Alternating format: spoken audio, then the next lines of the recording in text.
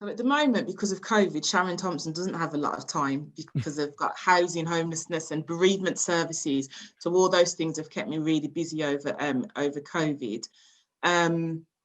What do I like to do? I like to spend time with my son and my close friends. I think that when you're in a public facing role, you have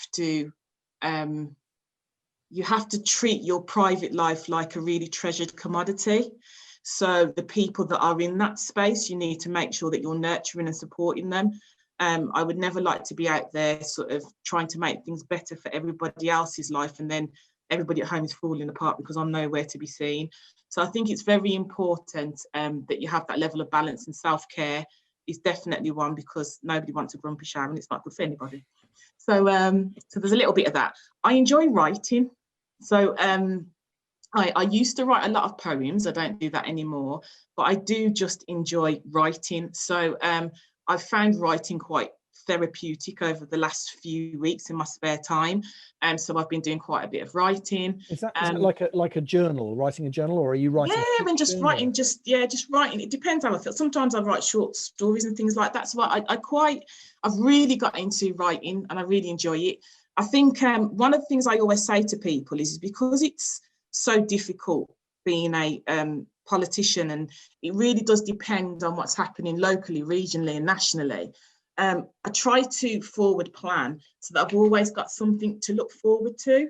So, you know, I schedule in downtime, whether that's just sitting at home watching Netflix, or whether that's going to be I'm going away and doing something more exciting. So, yeah, I just do the average thing. To be honest with you, I like to potter. I like to potter in my house and stuff like that. So, you know, and catch up with friends. I think it's just the average stuff that everybody does. What's the box set that's lined up? What are you looking forward to watching next? Oh, that's a good question. I'll tell you what I watched recently. It's not even a new box set, but I just found it interesting. I watched The Crown again. I thought that was interesting. What box set? I'm not quite sure. Why was that interesting? Was it that you were surprised that it wasn't like you expected? 100%. So it was because it was a surprise. It wasn't like what I expected, and I just kind of thought, well, yeah, it just wasn't what I expected. It was very different. It was seeing it from a different edge, and actually, that's probably what people think of politicians. If they actually got to watch the box set, they probably would see it's not as easy or glamorous as people think it is by far, that it is quite hard work, and that most of us are in here for the right intentions. That's excellent. That's a great answer. I found the same thing with The Crown, that the thing that I enjoyed about it was that they're humans, they're real people. They're not these kind of cardboard cutout figures. They have real problems and emotions and also defects, you know, flaws, like we all do. And yeah, totally. And it was something that I wouldn't normally watch, so it was just watching something that was so far out of my normal day-to-day, so watching, viewing or interest. And when you're writing, you say that you don't write poems anymore. Have you got somewhere in your head that one day you're going to be a writer? Are you going to write a novel? Are you going to what's your do you have an ambition around that? A little bit, I guess. Yeah, because I do enjoy writing, and my thoughts flow. I think it's just my son's a photographer, and that's his way of expressing himself, how he sees things through his world. And my writing, I think, is the way I see things through my world. Something that people don't realise about me is that in 2010, I genuinely made an active decision.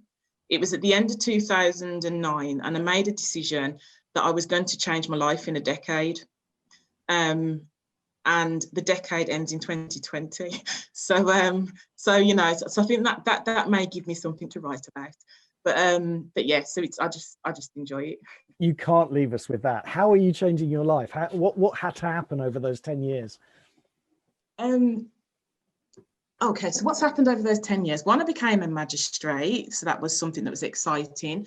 I'm dyslexic, and I always told myself I wasn't academic. So I went to the Open University to study. So I studied through the Open University. At the time, I don't know if you remember this, but there used to be this advert, and it used to be called L'Oreal, and it used to be like, because I'm worth it. So that was my answer to everything. I'm going to do this because I'm worth it. So yeah, I studied, and then there was a point where I couldn't afford to finish the degree. So what I did was I actually decided I'd change direction and go into politics. So I got elected in 2014. I'd become a magistrate. 2018, re-elected, went into the cabinet. So my life does look very different compared to where it was 10 years ago. But 10 years ago, is this what you'd imagined? No. Were you thinking this is what it was going to be like? No. You just a change. You didn't know what the change would be. I didn't know what it looked like. I just said, I'm going to change. I just had no idea what that was going to look like. I just knew that after 10 years, it needed to look different. So at the end of this year, you're going to look back and you're going to say, mission accomplished. What's your next mission? Oh, I don't know. I've no idea. I'm going to see where life takes me in this next decade. It's a very strange time that we're in at the moment, isn't it? With COVID and everything else. So we'll see. Well, look, whatever you set out to do, I'm betting that you're going to achieve it based on what you've told me today. It's a fantastic story, and hats off to you. Congratulations. Thank you very much.